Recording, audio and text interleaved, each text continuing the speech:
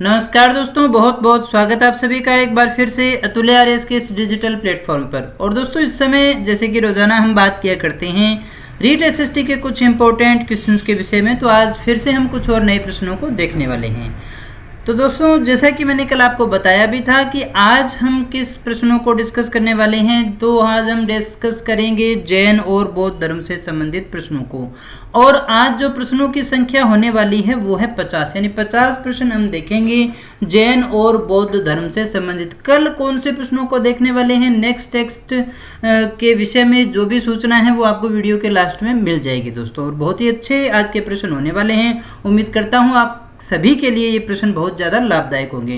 दोस्तों, आगे बढ़ने से पहले अगर अभी तक आपने वीडियो को लाइक नहीं किया है तो कर दीजिएगा, और चैनल को सब्सक्राइब नहीं किया है तो भी कर लीजिएगा, क्योंकि इस तरह के क्वालिटी एजुकेशन वीडियो केवल और केवल आपको यहाँ इसी चैनल पर मिलते हैं। तो चलिएगा शुरू करते हैं आज के टेस्ट को और देखते हैं आज का हमारा पहला प्रश्न। तो दोस्तों, आज का हमारा पहला प्रश्न है बौद्ध मत में पातिक मोक्ष, ये जो शब्द है इससे क्या अभिप्राय है दोस्तों?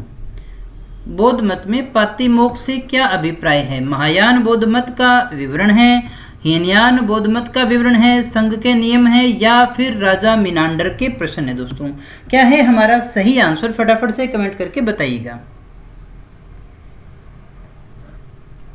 दोस्तों, अगर आपको नहीं भी आता है तो भी कमेंट जरूर कीजिएगा, ताकि आप ये देख सकें कि आपको कितना आता है, या फिर आपका तुक्का लगता है या नहीं लगता है, ये भी देख लेना। क्योंकि रीट में तो आपको प्रश्न सारे हल करके आने हैं, नेगेटिव मार्किंग तो है नहीं, तो सारे क्वेश्चन हल करके आने दोस्तों। तो दोस्तों, यहाँ जो हमारा सही आंसर है वो है नंबर 3, यानी क्या होते हैं पातिमोक्ष से अभिप्राय क्या है? संघ के नियमों से। दूसरा हमारा प्रश्न है बुद्ध के द्वारा सबसे अधिक संख्या में प्रवचन दिए गए थे, कहाँ दिए गए थे? इनमें से बुद्ध के द्वारा सबसे अधिक संख्या में जो प्रवचन दिए गए थे वो कहाँ दिए गए थे? श्रावस्ती में, कौशाम्बी में, राजगृह में, या फिर सारनाथ में? दोस्तों, क्या है हमारा सही आंसर? फटाफट से कमेंट करके बताइएगा।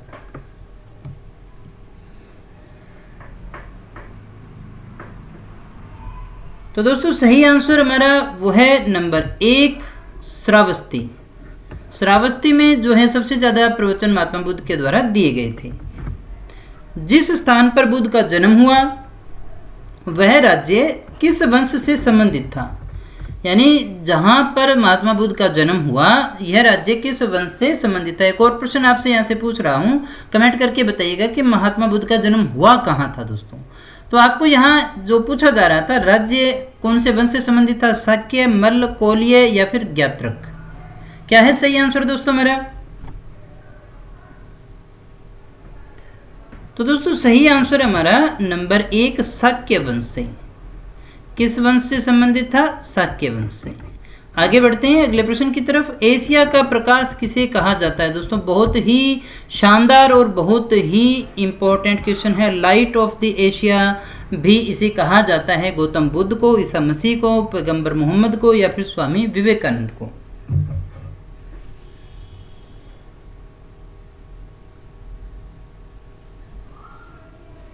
तो दोस्तों, सही आंसर हमारा नंबर 1 है, गौतम बुद्ध को ही कहा जाता है एशिया का प्रकाश। एशिया का प्रकाश पुंज, ये नाम भी लिखा हुआ आपने कई जगह देखा होगा। 5वां प्रश्न हमारा, गौतम बुद्ध ने कितने वर्ष की आयु में ग्रह त्याग कर सत्य की खोज में निकल गए थे? वो कौन सी आयु थी? किस आयु के अंदर उन्होंने घर छोड़ दिया था सत्य की खोज के लिए? 29 वर्ष, 30 वर्ष, 31 वर्ष और 32 वर्ष?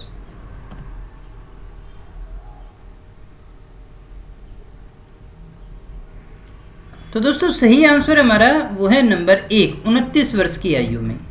कब निकले थे दोस्तों? 29 वर्ष की आयु में। आगे बढ़ते हैं छठे प्रश्न की तरफ। सिद्धार्थ के गृह त्याग की घटना को बौद्ध धर्म में क्या कहा जाता है? सिद्धार्थ के गृह त्याग की घटना को बौद्ध धर्म में क्या कहा जाता है दोस्तों? महापरिनिर्वाण, महाविनिष्क्रमण, धर्मचक्र परिवर्तन, या फिर इनमें से कोई नहीं? क्या है दोस्तों हमारा सही आंसर?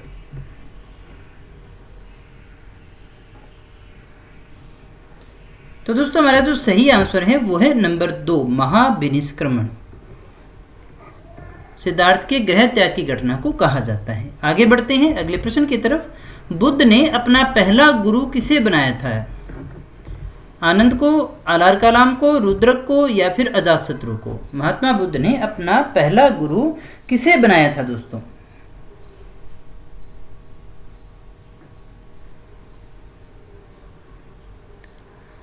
तो दोस्तों सही आंसर हमारा नंबर 2 आलार कलाम को। यहाँ क्या पूछा जा रहा है दोस्तों, पहला गुरु, उसके बाद में तो रुद्रक का नाम भी आता है।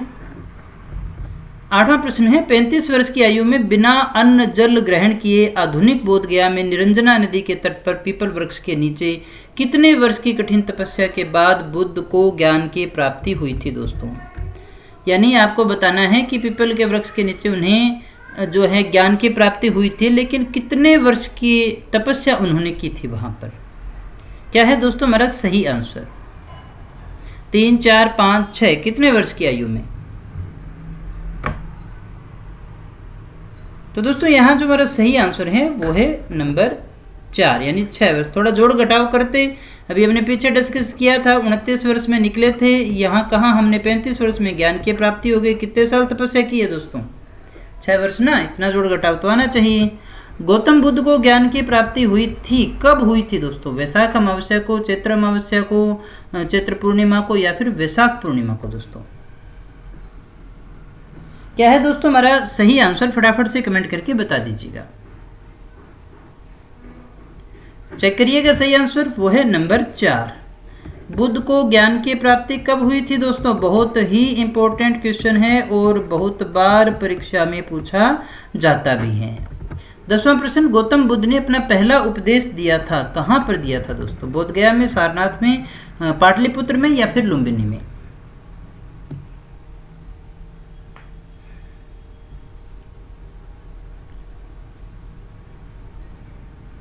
सही आंसर दोस्तों वो है नंबर 2, कहाँ दिया था दोस्तों, सारनाथ में दिया था। आगे बढ़े 11वें प्रश्न की तरफ, उपदेश देने की घटना क्या कहलाती है। महात्मा बुद्ध ने जो उपदेश दिया था, उपदेश देने की घटना को क्या कहते हैं, महापरिनिर्वाण, महाविनिष्क्रमण, धर्मचक्र परिवर्तन या फिर इनमें से कोई नहीं।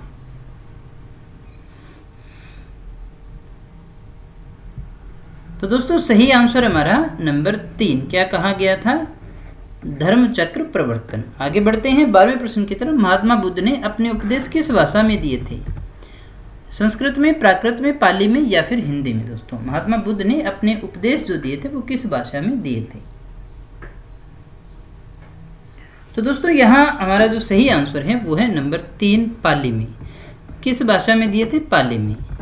बौद्ध धर्म के त्रिरत्न हैं, कौन कौन से हैं दोस्तों, बौद्ध धर्म के त्रिरत्न हम किसे मानते हैं, बुद्ध धम्म संघ, बुद्ध धम्म कर्म, बुद्ध वाक कर्म, बुद्ध जीवन और समाधि। सही आंसर दोस्तों वो है नंबर 1, बुद्ध धम्म और संघ। ये बुद्ध धर्म के 3 रत्न माने जाते हैं। बुद्ध धर्म में प्रविष्टि को क्या कहा गया है दोस्तों, निर्वाण, प्रतिपदा, अव्यक्त, उपसंपदा। बौद्ध धर्म में प्रविष्ट होने को क्या कहा जाता है।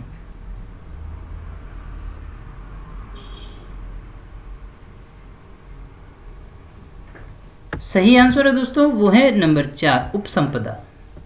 क्या कहा जाता है बौद्ध धर्म में प्रविष्टि को, उपसंपदा। जिस स्थान पर बुद्ध को ज्ञान की प्राप्ति हुई वह स्थान कहलाया, बोधगया, सारनाथ, पाटलिपुत्र या फिर लुम्बिनी। जिस स्थान पर बुद्ध को ज्ञान की प्राप्ति हुई वह क्या कहलाया दोस्तों। सही आंसर हमारा नंबर 1, बोधगया। क्या कहलाया दोस्तों, बोधगया। महात्मा बुद्ध की मृत्यु हुई कहां पर हुई थी दोस्तों, बोधगया, कुशीनगर, पाटलिपुत्र या फिर लुम्बिनी में।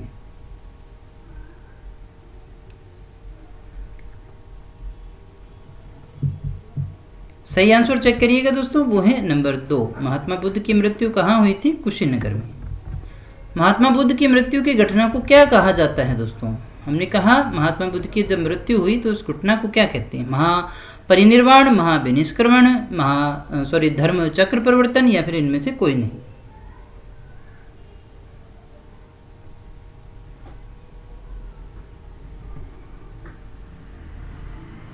सही आंसर चेक करिएगा दोस्तों वो है नंबर 1, महापरिनिर्वाण।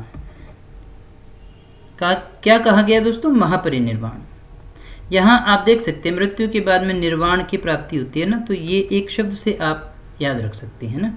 निष्क्रमण निकलने से, धर्म चक्र परिवर्तन जो है किसी चीज़ में परिवर्तन से, इस प्रकार से जो हमने उपदेश है, घर से निकलना है या मृत्यु की घटना है, उनको जोड़ करके अपने याद रख सकते हैं। प्रथम बौद्ध संगीति का आयोजन किसके काल में हुआ था दोस्तों, अजातशत्रु, कालाशोक, अशोक या फिर कनिष्क। पहली बौद्ध संगीति जो हुई उसका आयोजन किसके काल में हुआ था? सही आंसर है दोस्तों मेरा वो है नंबर 1 अजातशत्रु। अगला हमारा प्रश्न है, बौद्ध धर्म को अपनाने वाली प्रथम महिला कौन थी? माया देवी, यशोधरा, प्रजापति गौतमी या फिर त्रिशला?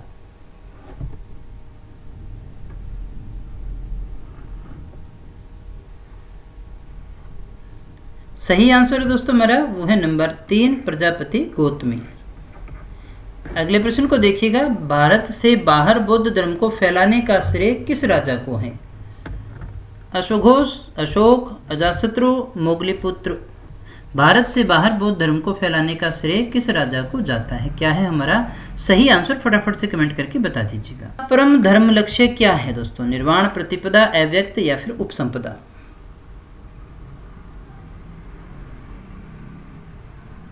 सही आंसर है दोस्तों हमारा नंबर 1 निर्वाण कहा जाता है। क्या लक्ष्य है? निर्वाण है, मोक्ष जिसे अपने ले सकते हैं, या फिर उपसंपदा आपको पता ही था, प्रविष्टि से था। इसका अर्थ कैसा है? बौद्ध धर्म में प्रविष्टि से था। गौतम बुद्ध के जन्म का प्रतीक क्या है? इनमें से आपको बताना है। कमल वसा में क्या संकलित है दोस्तों? चारों में से आपको बताना है। बुद्ध के धार्मिक उपदेश, बौद्ध संघ के अनुशासन के नियम, बौद्ध धर्म का वर्णन, निर्वाण के बाद का वर्णन। क्या है सही आंसर दोस्तों मेरा? सूत्र पिटक में क्या संकलित है?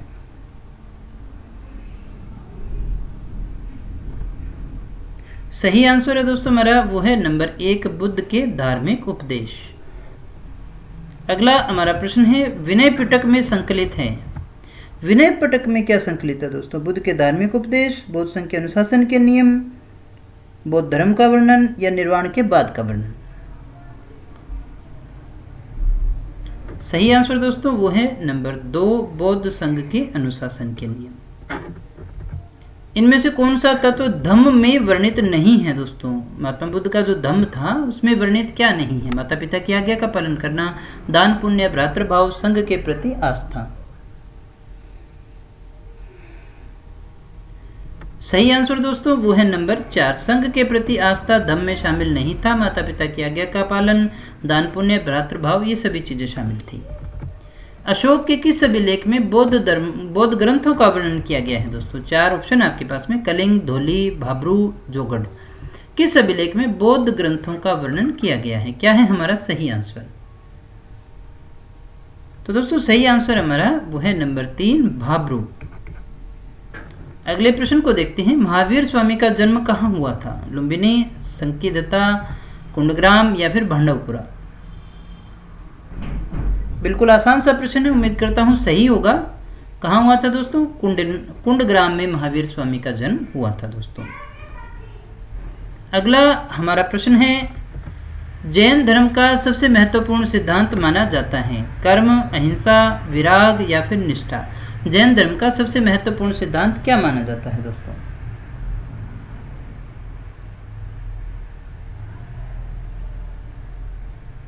सही आंसर है दोस्तों हमारा वो है नंबर 1, सॉरी ये नहीं होगा ना, अहिंसा होगा। जैन धर्म का सबसे महत्वपूर्ण सिद्धांत क्या होगा?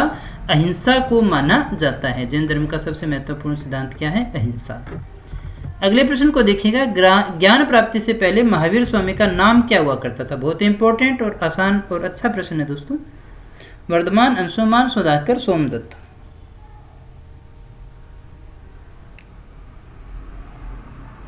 सही आंसर है दोस्तों हमारा वो है नंबर 1 वर्धमान। अगला हमारा प्रश्न है, जैन साहित्य को और क्या कहते हैं दोस्तों? पिटक, आगम, कल्प और सुत्त। क्या कहते हैं दोस्तों? सही आंसर है हमारा नंबर 2 आगम। क्या कहते हैं? आगम कहते हैं। माउंट आबू स्थित, इसको माउंट कर लीजिएगा, माउंट आबू स्थित मशहूर दिलवाड़ा का मंदिर है वो किस समुदाय का पवित्र स्थल है? यानी माउंट आबू जो राजस्थान में है, दिलवाड़ा का मंदिर है वो किस समुदाय को समर्पित है दोस्तों? बौद्ध, जैन, सिख, पारसी। सही आंसर होगा दोस्तों हमारा नंबर 2, मुख्यतः किसको समर्पित है? जैन धर्म को।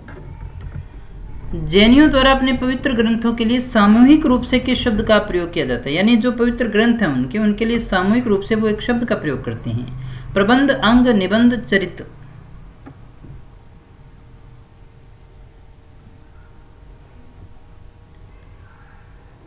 सही आंसर है दोस्तों हमारा वो है नंबर 2 अंग। किस नाम से जाना जाता है? अंग के नाम से जाना जाता है। अंग के नाम का प्रयोग किया करते थे।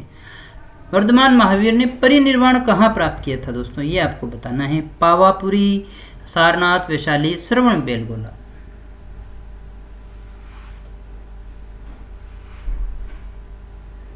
सही आंसर है दोस्तों हमारा वो है नंबर 1 पावा में। जैन धर्म के प्रथम तीर्थंकर कौन थे दोस्तों? आसान है लेकिन इंपॉर्टेंट प्रश्न है। ऋषभदेव, पार्श्वनाथ, महावीर, चेतक। जैन धर्म के प्रथम तीर्थंकर कौन माने जाते हैं? तो दोस्तों सही आंसर हमारा वो है नंबर 1 ऋषभदेव को माना जाता है। अगला हमारा प्रश्न है, जैन धर्म के अनुसार सृष्टि की रचना एवं पालन पोषण कैसे हुआ है? सार्वभौमिक सत्य से हुआ है, सार्वभौमिक विधान से हुआ है, सार्वभौमिक आस्था से हुआ है, सार्वभौमिक आत्मा से हुआ है।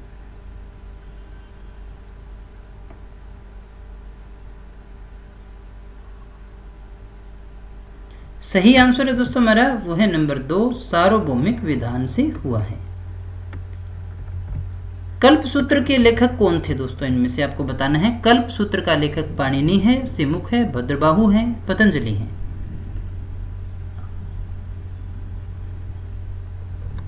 सही आंसर दोस्तों हमारा वो है नंबर 3 कल्पसूत्र के लेखक कौन है? भद्रबाहु। आगे बढ़े अगले प्रश्न की तरफ। जैन धर्म के त्रिरत्न में शामिल नहीं है। जैन धर्म का जो त्रिरत्न है उसमें शामिल नहीं है ध्यान, पूर्ण ज्ञान, कर्म और मुक्ति। सही आंसर दोस्तों वो है नंबर 4 मुक्ति जो है वो इसमें शामिल नहीं है। महावीर के पूर्व यानी महावीर से पहले जैन धर्म को क्या कहा जाता था?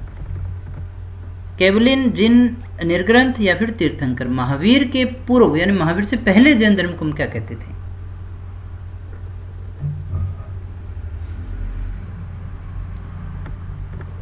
सही आंसर है दोस्तों वो है नंबर 3 निर्ग्रंथ कहा जाता था। महावीर का प्रथम अनुयायी कौन बना था इनमें से? यशोदा, जामाली, अणोजा या फिर त्रिशला।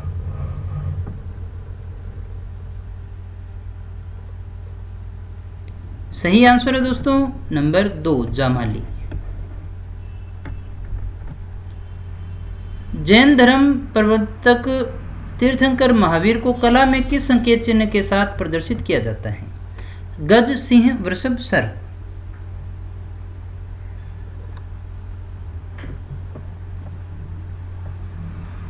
सही आंसर दोस्तों नंबर 2 है सिंह के साथ जो है सिंह के संकेत चिन्ह से प्रदर्शित किया जाता है।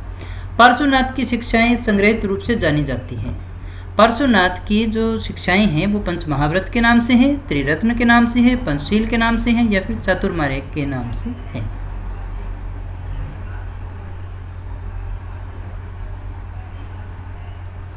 सही आंसर दोस्तों वो है नंबर 4 चातुर्मार्य के नाम से जानी जाती है। जैन धर्म में संलेखना से क्या अभिप्राय है? बहुत अच्छा और इम्पोर्टेंट प्रश्न है दोस्तों। उपवास द्वारा प्राण त्याग, लेखन पद्धति, तीर्थंकरों की जीवनी या फिर भित्ति चित्र। दोस्तों ये जैन धर्म में ही शामिल है दोस्तों इस प्रकार की प्रक्रिया, जिसका सही आंसर हमारा उपवास के द्वारा प्राण त्याग कर देना। इसमें वो खाना पीना छोड़ देते हैं दोस्तों बिल्कुल, और धीरे धीरे शरीर एक समय आता है जब समाप्त हो जाता है। प्रारंभिक जैन साहित्य किस भाषा में लिखा गया था दोस्तों? पाली, अर्धमागधी, प्राकृत या संस्कृत। प्रारंभिक जैन साहित्य जो है वो किस भाषा में लिखा गया था?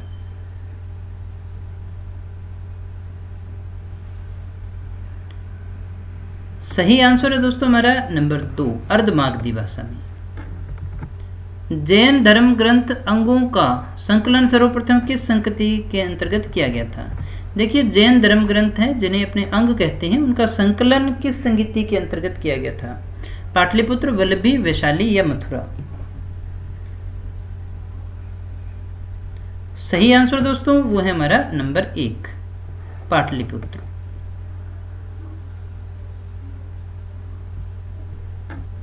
अगला हमारा प्रश्न है दोस्तों, कौन सा स्थल पार्श्वनाथ से संबंध होने के कारण जैन सिद्ध क्षेत्र माना जाता है?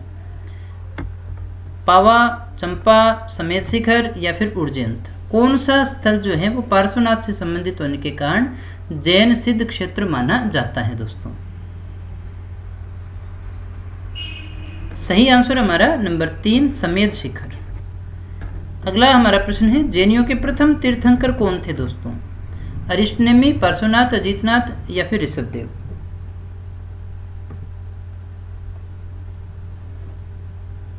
सही आंसर है दोस्तों हमारा वो है नंबर 4 ऋषभदेव।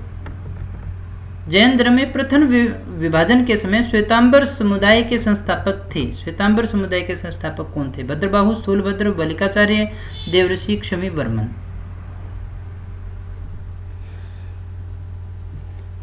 सही आंसर है दोस्तों हमारा वो है नंबर 2 स्थूलभद्र। आजीवक संप्रदाय के संस्थापक कौन थे दोस्तों इनमें से? राहुलाभद्र, आनंद, मखली गोशाल या फिर उपाली?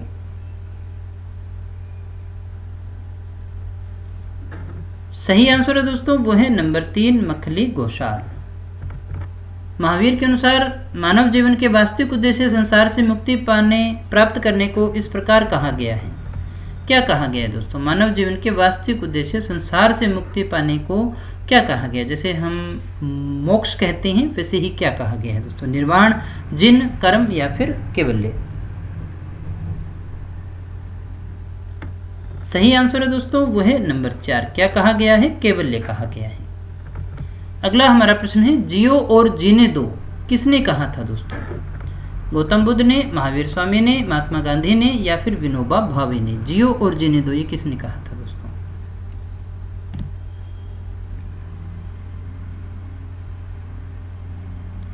सही आंसर हमारा वो है नंबर 2। किसने कहा था दोस्तों? महावीर स्वामी ने। तो ये हमारा सबसे सही आंसर है। जियो और जीने दो किसने कहा था? महावीर स्वामी ने। तो दोस्तों ये थे हमारे आज के प्रश्न। उम्मीद करता हूँ आपने काफ़ी कुछ सीखा होगा दोस्तों। अगर आपको वीडियो सच में अच्छी लगी हो तो लाइक करके मुझे बता दीजिएगा। कोई कमेंट हो तो आप दे सकते हैं दोस्तों।